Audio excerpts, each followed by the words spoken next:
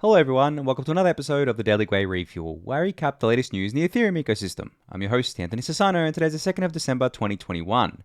Alright everyone, let's get into it. So, as I mentioned yesterday, Gitcoin Grants Round 12 is now live with over $2 million in the matching funds up for grabs. I've seen a bunch of people already donate to the Daily Gwei, so thank you very much for that. Really appreciate that. But of course, definitely go here and donate to all of your favorite projects. Just a reminder for you guys. I'll remind you again in a few days. But what I really wanted to talk about with regards to Gitcoin was this donation that was made by the kind of like Noun NFT project here. Now, they've made a donation of 169 ETH to Gitcoin for the matching round 12, which is worth about 750,000 US dollars.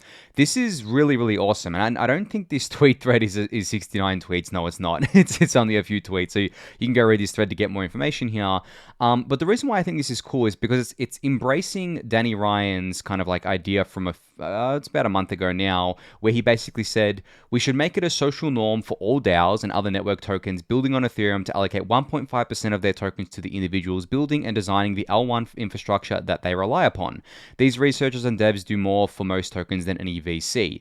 So I talked about this at the time when Danny put this tweet out because I thought it was great, and we haven't really seen much movement there until now, until this Noun kind of like NFT project voted to donate $750,000 worth of ETH to Gitcoin, which I think is absolutely amazing. But seriously, if you if you actually consider kind of like how much money could actually go towards public goods funding, not just through Gitcoin, but through other kind of like avenues, when you take into account how much money a lot of these kind of like token, I guess like new tokens have, or these tokens have in their treasuries, it's a lot, right? It's potentially billions of dollars. I know that, you know, tokens in a native tokens in a treasury isn't a real treasury. It can't really be relied upon too much, but there are plenty of examples of these treasuries having more than their native token in them, to the tune of kind of like billions of dollars, and then you allocate 1.5% of that over the years, and I reckon you could get to billions of dollars worth of funding eventually for these sorts of things. Probably it only starts out with a few million, but still, that's a few million that we didn't have before going to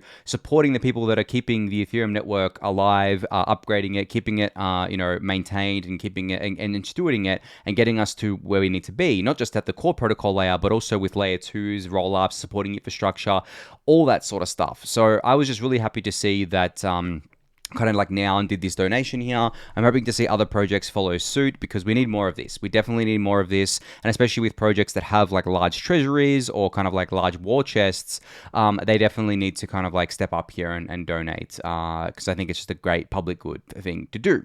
Anyway, enough on that one. There's an interesting tweet from David Hoffman here today where he shared basically a pie chart with the caption, here's a more detailed pie chart of the ETH Genesis allocations. Now, by Genesis allocations, this is basically, I guess, like ICO plus plus all the ETH that has been mined since then. So you can see here that the total ETH supply is currently 118 million. 60.1 million of that went to the Ethereum ICO, essentially. So that was part of the public sale that happened in 2014. There was no KYC required for this. There was no accredited investor kind of like check. There was nothing like that. It was literally you sent some BTC to an address, and then a year later when the Ethereum network went live, you were issued your ETH on the network, and away you go from there. Now, there was a bunch of other ETH also issued at the time to various parties. The Ethereum Foundation were issued 3.48 million ETH, of which they only retained 350,000 today. They sold a lot in the early days because they needed the money for funding. There was 8.4 million ETH given to early contributors. Those were kind of like founders and just like anyone who worked really early on with Ethereum. Now, reminder, ETH was worth 30 cents. Well, that was an implied valuation at the time because the ICO raised, I think, $30 million or something like that. So yeah, the implied valuation was about 30 cents per token, which I'm sure we all would love to get our hands on a 30-cent ETH. But back then, they had to pay like thousands of ETH just to pay someone a normal full-time wage, right? That's just kind of like the way it was back then. And then there's also the largest single recipient here, which is Vitalik, who got 696,000 ETH at the time, of which he today retains about 350,000 of that. He has given away a lot of it. He has donated a lot of it. And over time, he has sold some, obviously, obviously for his own expenses, but that is a very, very small percentage of the network. I think it's 0.7% of the network. Now, the rest of the coins that make up the 118 million total ETH supply come from the coins that have been mined since then, of which 45.9 million have been mined, where anyone could acquire these by setting up mining hardware. Now, we all know that the ETH supply is not capped. It's going to keep growing over time, even after the merge, but post-merge is going to grow at a much, much slower rate, less than 1% issuance per year, and then we have the burn to offset that extra issuance, which makes us deflationary at current fee levels. But yeah, I thought this was a really cool pie chart that David kind of shared here. It really does show that most of the network has gone to, I guess, like the openly, it's gone to the people. It hasn't gone to like any VC, it hasn't gone to any insiders. 60 million went to the public sale, 46 million has gone to mining, and the rest of it went to kind of like funding the development of the thing. Because, I mean, if the Ethereum Foundation didn't have this ETH, then they would not been able to kind of like fund themselves. And if, Vitalik taking his share, I mean, as I said, the implied valuation at the time was 30 cents. So 700,000 ETH, or almost 700,000 ETH that Vitalik took at that time wasn't worth very much, right? Compared to what it's worth today. Obviously, it's worth billions of dollars today. And as I said, he sold some, he's got 350,000 ETH left, but he took a very, very, very small share. And I think he did that on purpose because Ethereum is supposed to be a decentralized network. There's not supposed to be any one kind of like party or any individual or entity that controls a large portion of the supply. And I think that, there were people, or they probably even are people who own a large portion of the supply, but they had to buy it on either through the ICO or on public market. There are probably people out there that have, 1 million plus ETH, like individuals that have 1 million plus ETH. But they either bought that at the sale or bought it or kind of mined it. I mean, I doubt they mined that much ETH, but they bought it at the sale. They bought it on the open market like everyone else had the opportunity to do. They were not allocated it as part of some insider allocation.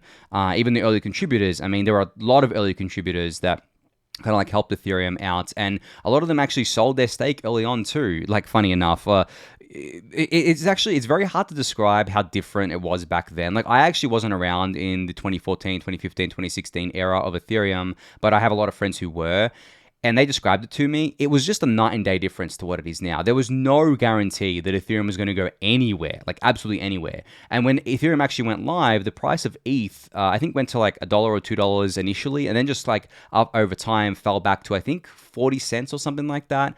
And then it stayed pretty flat for a while. And then, 2016 was a big year for ETH, went to like $25, but then went back to $6 because of the DAO stuff. So during that kind of like period of 2.5 years since Ethereum kind of like did the ICO, there was a lot of uncertainty. There was absolutely zero guarantee anything was going to happen here. No one in their wildest dreams predicted that ETH was going to $1,400 basically at the end of 2017. I mean, technically Jan 8th, 2018, but no one predicted that at all. No one even predicted that ETH was going to $100, right? That was just like the craziest things to say. So a lot of people sold, and they sold early now looking back, but if you consider it at the time, it wasn't early. It's just like relative, we're looking at relative kind of like sale prices now. So that actually worked to distribute ETH in an even better way, especially from miners who were mining it. They didn't get it too much of a control of the network. ETH went through many market cycles, which distributed the tokens out. And I think it's pretty safe to say that there are only a handful of individuals today, if that would own, more than 1 million ETH, which is still less than 1% of the supply, mind you. But I don't think there's actually many of those people. I would probably wager there's maybe 2 or 3 of those individuals. I don't even know if Joe Lubin, who was one of the biggest ETH holders because he bought a lot of it, would even have that much anymore. So that is what multiple market cycles do. They distribute tokens out. That is what something that's unique to Ethereum as well, is that when it launched, right, or when it was concepted and then launched, it didn't launch into an industry like we have today. It launched into a very, very nascent industry where the only thing that was considered legit at the time was Bitcoin, because everything else was either an offshoot of Bitcoin or a direct fork or a pure scam. Now we obviously have a lot of legitimate projects out there, but a lot of them are very heavy insider allocated, and it's extremely hard to decentralize ownership of a token over the short term, and over the long term, it kind of relies on a lot of luck as well, and it relies on a lot of timing, getting the timing right. So I think that ETH is in a very, very unique position there. I don't think it can be repeated. Bitcoin and ETH are the only ones that had this kind of like, I guess, immaculate conception and had this openness, because you can't actually do a raise like this these days. And if you do it, you kind of like bring on the ire of regulators. Back then, regulators weren't even looking at this industry really. I mean, the biggest regulatory action that took place that had to do with crypto was the shutting down of Silk Road, but that was shutting down of Silk Road that had little to do with crypto itself. It's just that Bitcoin obviously was used a lot on that marketplace, but it wasn't really about crypto. It was about shutting down Silk Road. So yeah, as I said, thought this was interesting from David. I just wanted to kind of walk through it a bit for you guys. But moving on. So Proto Lambda put out a great tweet today about EIP-4488. Now, I discussed this EIP last week, but I want to run through it again for those who missed it. So this EIP basically kind of like proposes that we should lower the gas cost of core data from 16 to 3, which would lead to a 5 times decrease in gas fees for rollups, specifically because rollups are data hungry. They love to chew up that core data, which is layer 1 data. That's used to secure the rollup. Now, I've talked about off-chain data, kind of like communities before and things like that, but that makes something not a rollup. It's like a Validium or a Volition or a ZK Porter. But optimistic rollups can't take advantage of that. They are constricted in that way where they must place their data on layer 1 to even work, which means that it's currently pretty costly for them. I think a swap can be like $6 or $7 on an optimistic rollup on Optimism or Arbitrum. If this EIP was to go through, that would come down to $1 or $2. And this is before the optimistic rollups do their own core data compression and amortize the gas fees. So we could easily see sub $1 swaps on these things if this EIP was to go through. Now, in this thread, Proto Lambda goes through this and explains it in better words than I can. You guys will know about Proto. I've talked about him before. Used to be an Ethereum core developer, now works at Optimism as an optimist, as he likes to call himself. But yeah, this is a big deal. And, people may be wondering what's the trade-off if we were to do this. The trade-off is that the chain gets larger and it becomes marginally harder to run the blockchain, which means that we may suffer some kind of like loss of decentralization because of this. Now, I don't think it would be any huge impact. I actually think the trade-off is worth it because right now the impact is that, we're super decentralized, but there's only very few users who can even use layer 1. And then you go to layer 2 and the costs are still higher than what we want them to be. So this EIP is very, very simple. As I said, it just reduces the gas cost of core data from 16 to 3 gas per byte. Which is a 5x kind of like decrease there. And then Proto goes on in this thread about kind of like how there's an improved version of this called 4490, which you can check out. As I said, what the trade-offs are, and then kind of like a link to the discussion on the Ethereum Magician. So definitely go check this out if you haven't already. I'll be discussing this as time goes on. I think they're trying to get it done before the merge, but I doubt it's going to go through before the merge unless there's like a massive push for this. But again, it's a relatively small change. It doesn't require any kind of like massive overhaul of anything. If I had to guess, it's probably like a few lines, maybe not even that, of code change here. But you obviously need to do the testing. You need to do kind of like the auditing. You need to make sure everything's good to go before this hits mainnet. And you also need to get community buy-in. There are still people on the other side being like, is this worth it? Sort of thing. Will this delay the merge? Blah, blah, blah. If it did delay the merge, it'd probably only be by a couple of weeks, which, is that really a big deal? I don't think so. It gives the merge kind of guys more time to test out the merge and to kind of like make sure things are cool. But there's no date for the merge yet anyway. So I don't know if I'd even consider it a delay. but yeah, go give this thread a read. It'll be linked in the YouTube description below. So I put out this tweet today where I said, ZK teams need to stop constantly taking cheap shots at optimistic rollup teams and just work together to scale Ethereum. There, I said it. Now, this comes from a little bit of a frustration seeing various ZK teams and ZK researchers, not all of them, but many of them, take these cheap, kind of shitty shots at optimistic rollups saying that they're inferior technology, they're obsolete, they're this, they're that. But then I look at it and I'm like, okay, well, show us what you got, ZK teams. Do you have a generalized EVM ready for users today? A ZK EVM ready for users today? No, none of them have that. None of them even have close to that. As I described, StarkNet is really, really cool, but it is not EVM compatible, and it's still really early in an alpha kind of like fashion. ZK EVM is still a research project. It is not live yet. It will be live eventually, but it is not live yet, and it's probably a little while away still. So we have optimistic rollups live today. They are EVM compatible or EVM equivalent in Optimism's case. They work, projects can easily deploy there, users can easily onboard to there and bridge to there, and the fees right now are cheaper than mainnet. We can get them cheaper than what they are, and we will over the coming months. So why are we kind of saying, oh, it's obsolete tech, and kind of like taking these cheap shots, when in reality, it's the tech that's live today. Who cares if you consider it obsolete? It's what's live today. It works today. It keeps people in the Ethereum ecosystem, and it lets us kind of like fight these other L1s off that offer kind of like cheaper scalability, cheaper fees and more scalability at the cost of decentralization. So yeah, I just kind of like put that out there as a social signal today. And Mahalo from the Polygon team, said Polygon ZK teams never do that. And the reason why they don't do that is because, as I replied here, Polygon is a great example of an ecosystem embracing all scaling solutions and working on them for the betterment of Ethereum. As I've discussed before, Polygon is just doing everything. It's not taking kind of like any side in this debate. They're saying, okay, we'll do ZK. Okay, we'll do optimistic rollups. Okay, we'll do like hybrids. Oh, okay, we'll do side chains. Okay, we'll do standalone chain. Okay, we'll do all this sort of stuff. And the thing is that even Polygon, from what I can tell, knows that ZK is the long-term solution, but they're very, very pragmatic about it. They're like, hey, ZK is a long-term solution. Let's throw money at it. Let's throw research and development at it. Let's get this thing going. But in the meantime, let's have our Polygon POS chain. Okay, well, now that we have the optimistic rollups live, let's do those sorts of things. Let's kind of like embrace all these solutions and not kind of like become ZK maximalist.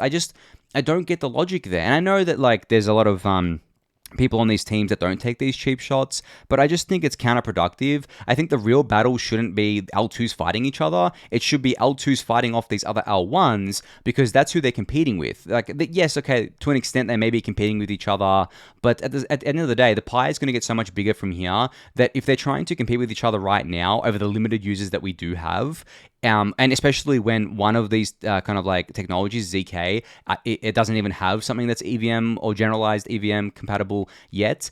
I just don't understand why this needs to be a thing. So hopefully we can see less of this. I send the social signal out there because I want to make sure that we can kind of like see less of this and just work together, no matter the technology, to scale Ethereum and stop being elitist about it. Like, seriously, as long as you're honest about the trade-offs of these things, as long as you're not trying to mislead users, and as long as you're not selling something and saying, oh, it does this, but it actually doesn't, then I see no issue with kind of like embracing these solutions, even embracing things like side chains or kind of like in Polygon's POS chain's case, the commit chain.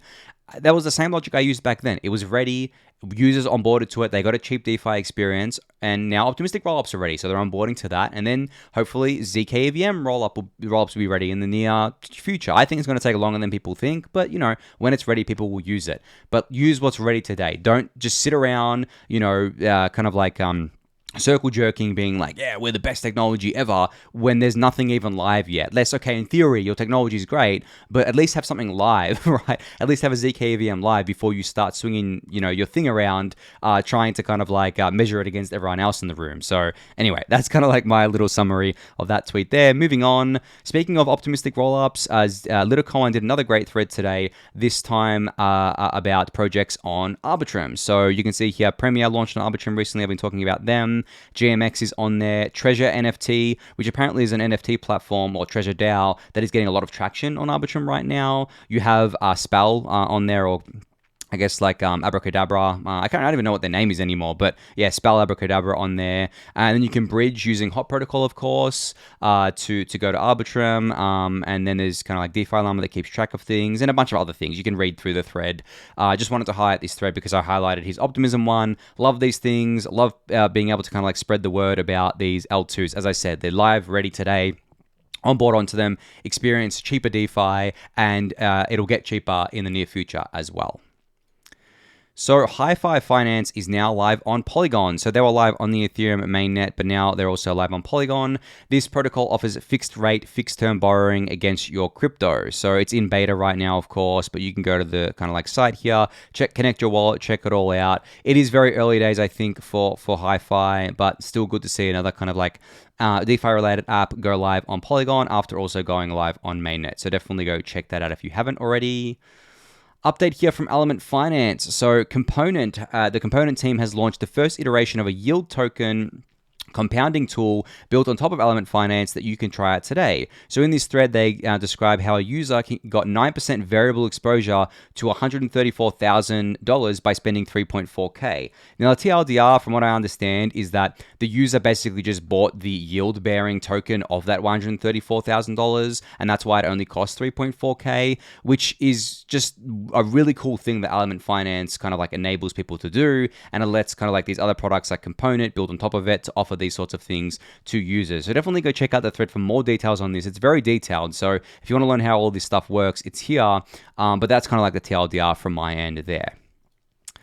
All right, so Lyra Finance announced today a retroactive community reward program to give back to everyone who has played a part in their journey so far. So they're actually airdropping tokens to the Lyra Discord community. So if you were active in their Discord, you got some tokens, early traders, and pre-ignition liquidity providers. So if you kind of like read this blog post here, it's got all the details of it. Their token seems to be going live next week, in 2 weeks on December 14th at midnight UTC. And all the tokens will be claimable on optimistic Ethereum for 6 months. Now, what I really like about this is the fact that apparently a lot of users got a healthy airdrop if they were active in the Discord community, which is cool because I've said before that protocols need to airdrop tokens to more of the kind of like long-term aligned community members. And I can't think of anyone better long-term aligned than community members who are active in a Discord channel, especially for longer periods of time, because you're not going to be active and be in a Discord channel every single day for like a month, for example, if you're not genuinely talking about kind of like the protocol, genuinely getting to know the community, participating, adding value, and if you're just spamming in there, you're going to get banned. So it's a really, really great way to distribute kind of like tokens to more of the long-term aligned community. And as I said, it seems to be a healthy distribution because people like to do, I think, their own kind of like napkin math of what the market cap would be. They compare Lyra to other options protocols out there and compare kind of like the valuation and things like that. I don't know what numbers they came to. I'm not even going to speculate here because I am an investor in Lyra, but I just think it's one of the cooler ways to do an airdrop. And I'm sure they kind of like filtered out for any kind of bots or spam or just low quality kind of like content on their Discord. But as I said, it wasn't the only that wasn't the only people they distributed tokens to. Also for early users and LPs of the protocol, which is kind of standard these days, and also early traders as well, which was really, really cool to see. So definitely go check out the blog post for more information on this.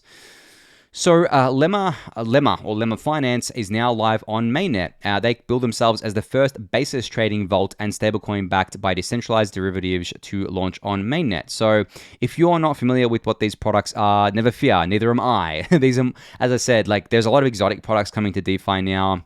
And this is kind of another one of them. Essentially what, kind of like a basis trading protocol allows you to do is earn yields or a USD denominated yields on your crypto. So just another way to earn yield in crypto. So this is powered by their stablecoin called USDL, which is a fully decentralized, 100% capital efficient USD pegged stablecoin, or at least that is how they bill it.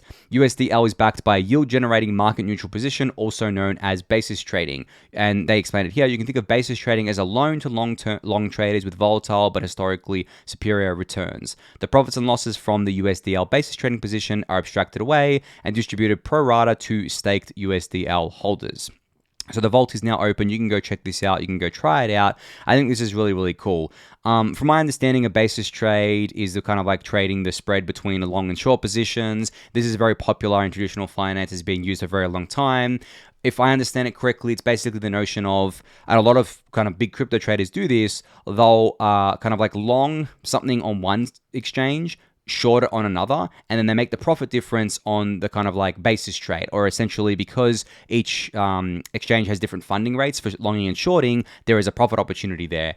And this is Lemma. What Lemma is doing is kind of bringing this to the Ethereum mainnet. So definitely go check this out. Check out their blog post and check out their website for more information on this protocol. So a blog post here from StarkWare today on big blocks, sync time, execution layer, consensus, zero knowledge proofs, Swagnimus Prime, which is awesome to see him on this, and Louis from StarkWare, or Lewis from StarkWare, in this blog post unpack the concept of scalability. So it's a really great blog post, only about an 8-minute read, but it explains the concept of kind of like scalability for blockchains very succinctly. So if you want to go check, and it's got numbers as well. It's got like lots of numbers and kind of like lots of metrics to look at, and really just explains it in a very simple way. So definitely go give this a read. It'll be linked in the YouTube description below. All right, so Brantly's added again with an update on the November on November for ENS. So in addition to the DAO and ENS launch, there's some new stats here. So 89.9 thousand new .eth registrations, all on ETH L1 despite high gas fees, which is really awesome. I mean, that's a lot of new .eth registrations here. You can see that is the biggest month by far in history, and obviously that is due to the token, leading to an incredible amount of increased marketing for ENS, right? Like it was everywhere for like a couple of days or 2 or 3 days, which is enough because it just disseminates across like the cryptosphere. $7.6 million in protocol revenue, which goes directly to the DAO, which of course is controlled by ENS token holders or ENS delegates. Over 99% of OpenSea volume in its category, so there's really no second best when it comes to domain name services. And now there's over 200,000 owners, so absolutely awesome to see the growth here on ENS. I mean, we all know ENS is everyone's favorite kind of like domain provider. If you don't have a .eth, are you even in Ethereum really? But I do wonder like how many people registered a .eth name expecting to get an airdrop. I think there's a fair few people who did this, but I wouldn't say that it was the majority, because as kind of like Brantly points out here, there's high gas fees for doing this. It's not a cheap thing to register a .eth name on layer 1. So unless you were sure, or unless you knew, or unless you kind of like for some reason just assume that you were getting ENS tokens, I don't think there's a lot of people that would have done that, because there are people that would have seen the gas cost and maybe double checked and be like, okay, am I actually going to get ENS tokens out of this? And they would have seen that they're not. And no one is going to. Like the only ones that got rewarded were from the snapshot that they took, which was the 30th of October. I think it was 30th of October. Any after that is not getting any ENS tokens. But I think a lot of people know that, and I think people are just registering .eth names because they heard about ENS because of the token. And as I said before, a token is the most powerful marketing vehicle in the world. Like, it is insane, especially when done right. And they did it right, I believe, by airdropping it to all the old kind of like ENS owners and kind of like giving them a healthy airdrop. And it's the same with what happened with Uniswap. So really, yeah, as I said, there's no second best when it comes to name services on Ethereum. ENS has a near monopoly. Is that a bad thing? I actually don't think so, because when it comes to name services, it's actually better to have kind of like just one service rather than like multiple competing ones. Because if you had multiple competing ENSs, you would basically have to, the interface providers and the wallet providers like MetaMask and all that kind of stuff would have to basically delineate between the real ENS and the forked ENS, for example, if there was a fork of it. Because what ends up happening is that Sassel.eth is registered to the real ENS contracts. But if someone forked ENS, I would have Sassel.eth on the forked ENS contract, but it would be a separate contract. It wouldn't have anything to do with the real ENS contract. But the front ends would have to actually delineate between these and would have to actually tell users, you're using the original kind of like ENS. If you want to use the forked one, here's how you do it. But it gets super messy, and it's not something users should even have to worry about. So when it comes to something like ENS, I'm fine with it having pretty much a monopoly on naming in Ethereum, especially now because it's actually decentralized and it's not just, controlled by multi-sig holders anymore. So yeah, that's my kind of like logic and thinking behind that. If you disagree with me, that's fine. I mean, I'm happy to hear your thoughts in the comments or on the Discord channel. But yeah, I think that from that perspective, it makes a lot of sense.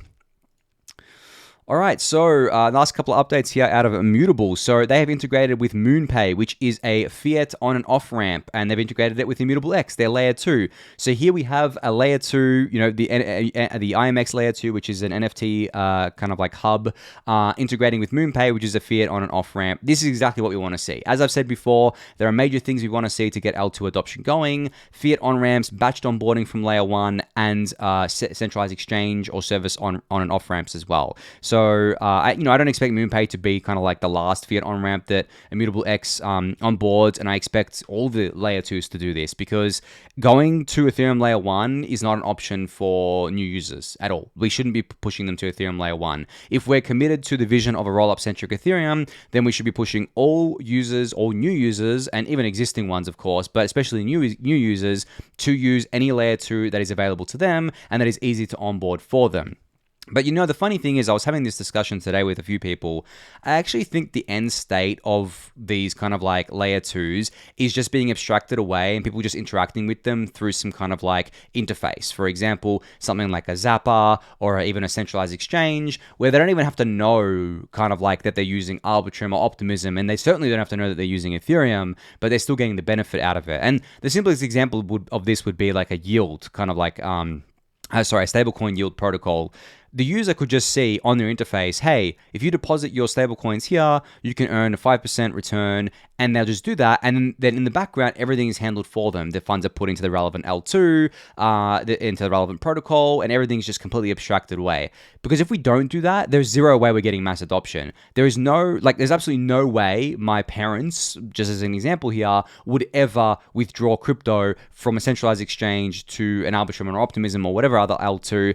And I would even say that they wouldn't even set up an account on a centralized exchange without me walking them through how to do it. So don't take the current crop of users as kind of like the ones that are going to be quote unquote the mass adopters. The current crop of users are the early adopters. Anyone going to one of these L2s is an early adopter. They are not part of the mainstream mass adoption, which is going to come later. But that's not going to come until we fully abstract this stuff away and make it very, very simple for users. And I think, it's still very important to have these fiat on-ramps directly to the L2, because that, again, is just another way of abstracting away kind of like these onboarding frictions for end users. So yeah, congrats to Immutable X and MoonPay for this integration. And last up is just a quick shout out here that Immutable the company, are advertising for 30 plus business development and customer service managers at all levels. 30 plus. So if you're interested in a job in crypto and you think you've got what it takes to either be a business development person or a customer service manager person, go check this out. This will be linked in the YouTube description. Go apply to this. Definitely a huge opportunity here to work for one of the fastest growing kind of companies and startups within the Ethereum, if not the crypto ecosystem, that has a bunch of like mega partnerships already and has a product market fit that's amazing already. I couldn't think of like a better team to work for right now than kind of like Immutable in the BD customer service management. You know what? I'll actually say that pretty much all the L2s, and I don't know I don't think any of the L2s are hiring this many people, but I couldn't think of a better team to work for than any of the L2s right now, but especially Immutable if you're into like NFTs and stuff like that. So definitely go check this out. It'll be linked in the YouTube description. But on that note, I'm going to end it there. So thank you everyone for listening and watching. Be sure to subscribe to the channel if you haven't yet. Give the video a thumbs up, subscribe to the newsletter, join the Discord channel, and I'll catch you all tomorrow. Thanks everyone.